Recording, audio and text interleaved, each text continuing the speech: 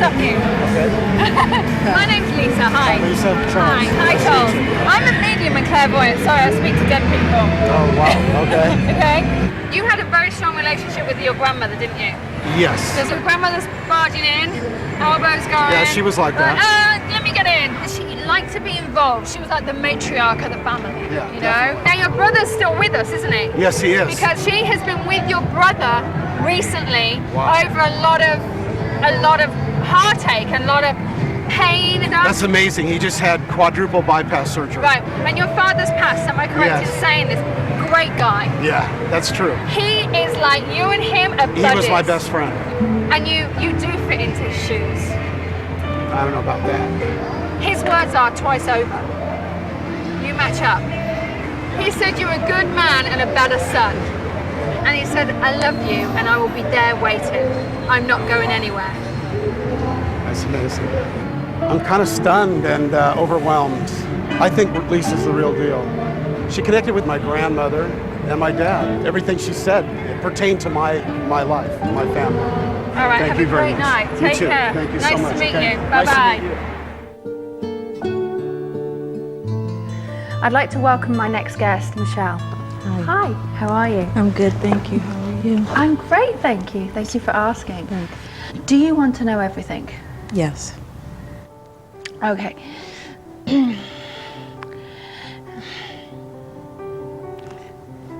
It's really, I don't know who you want to communicate with, and when I see things like this, it's really tough. But he's shouting out, Mum.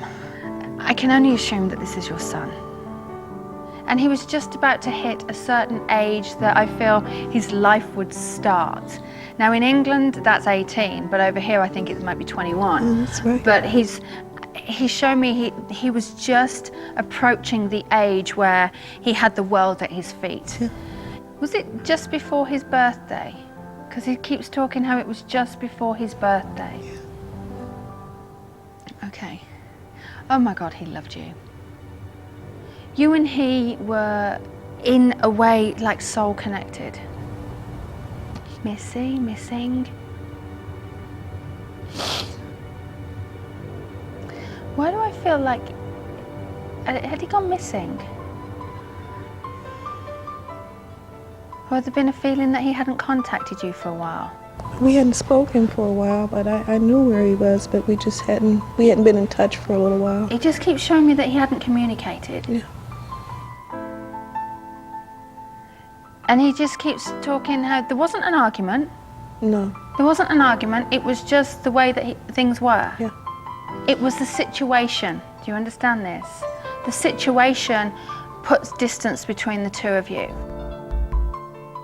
There were a lot of gang members trying to recruit him. Not that we didn't live in a gang-infested environment or anything like that, but he wasn't into any of that stuff, and so we decided it would probably be better for him to move back to Ohio to finish high school. And he said, you can't feel bad about that. And whether you worry about the fact that, you couldn't have prevented anything. It definitely helped give me some peace when Lisa told me not to feel guilty about the fact that me and my son had not spoken. I felt like that maybe if I had stayed in touch with him more, that maybe he would still be alive.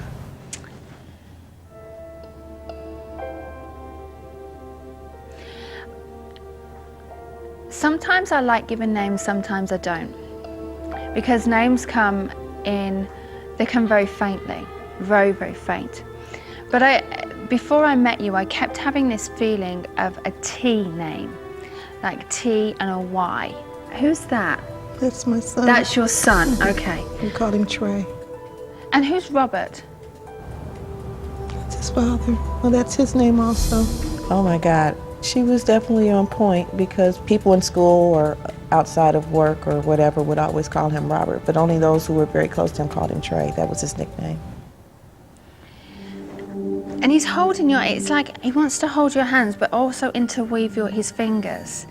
And I feel like he's the sort of guy that would just be very touchy, very tactile, because he's very, he says, Mum, you need to know I'm sorry. You need to know I'm sorry. He's sorry for putting you through the pain. Okay, show me what. Did you not know what happened? Because he just kept saying you didn't know what happened.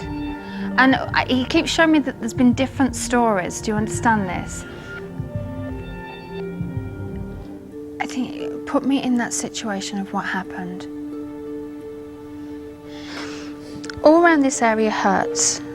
Like I've got so much pressure on my chest.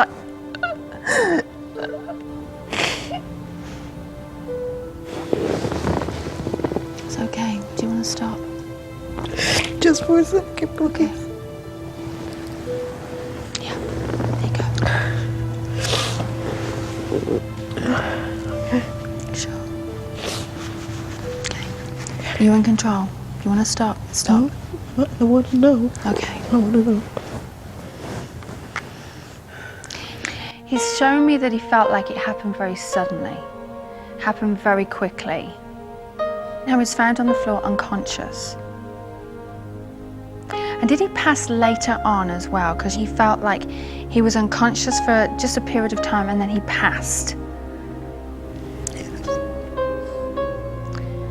And either he was kept alive or there's a feeling of keeping him going for a period of time. Yes, they did. He was at a friend's house and they said that he kind of coughed a couple times and he clutched his chest, and when he stood up, they said that he fell to the ground. They called 911. The paramedics arrived. They revived him briefly and he expired again on the way to the hospital. They tried to revive him at that point and they weren't able to bring him back. This is really hard for me to say this, but when this happened, he said, I don't want to die, I don't want to die, I don't want to die. And you were his thought going through his head. How's Mum going to cope? Because he could see this happening. He felt like the life had come out of him. He felt like the air was coming out of him. I feel like a freak accident. This is the only way I can explain it. But he's just said, I'm okay. I'm okay. Carry on talking to me. Okay. Don't stop. He said, I love you, Mum, and I'll be waiting.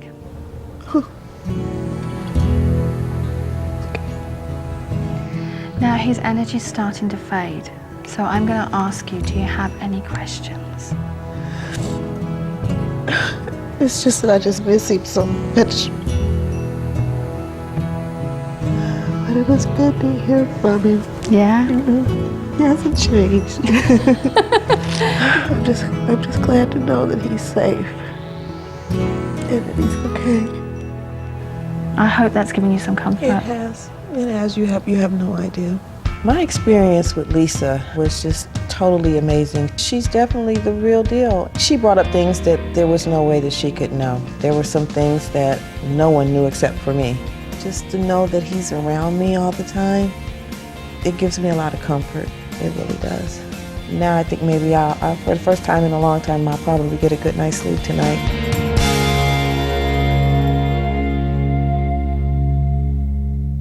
Every day it's hard, especially when you've lost somebody, to be happy. But what's most important is to remember that you need to be positive and stay strong. If you find it difficult to get out of bed, look in the mirror and smile at yourself. You might find yourself smiling inside.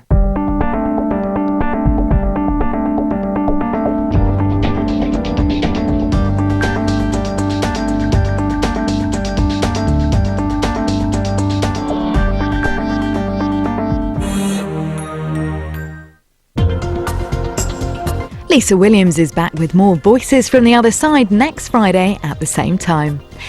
Next tonight, don't go anywhere because Psychic Friday continues with this super entertaining Derek Acora.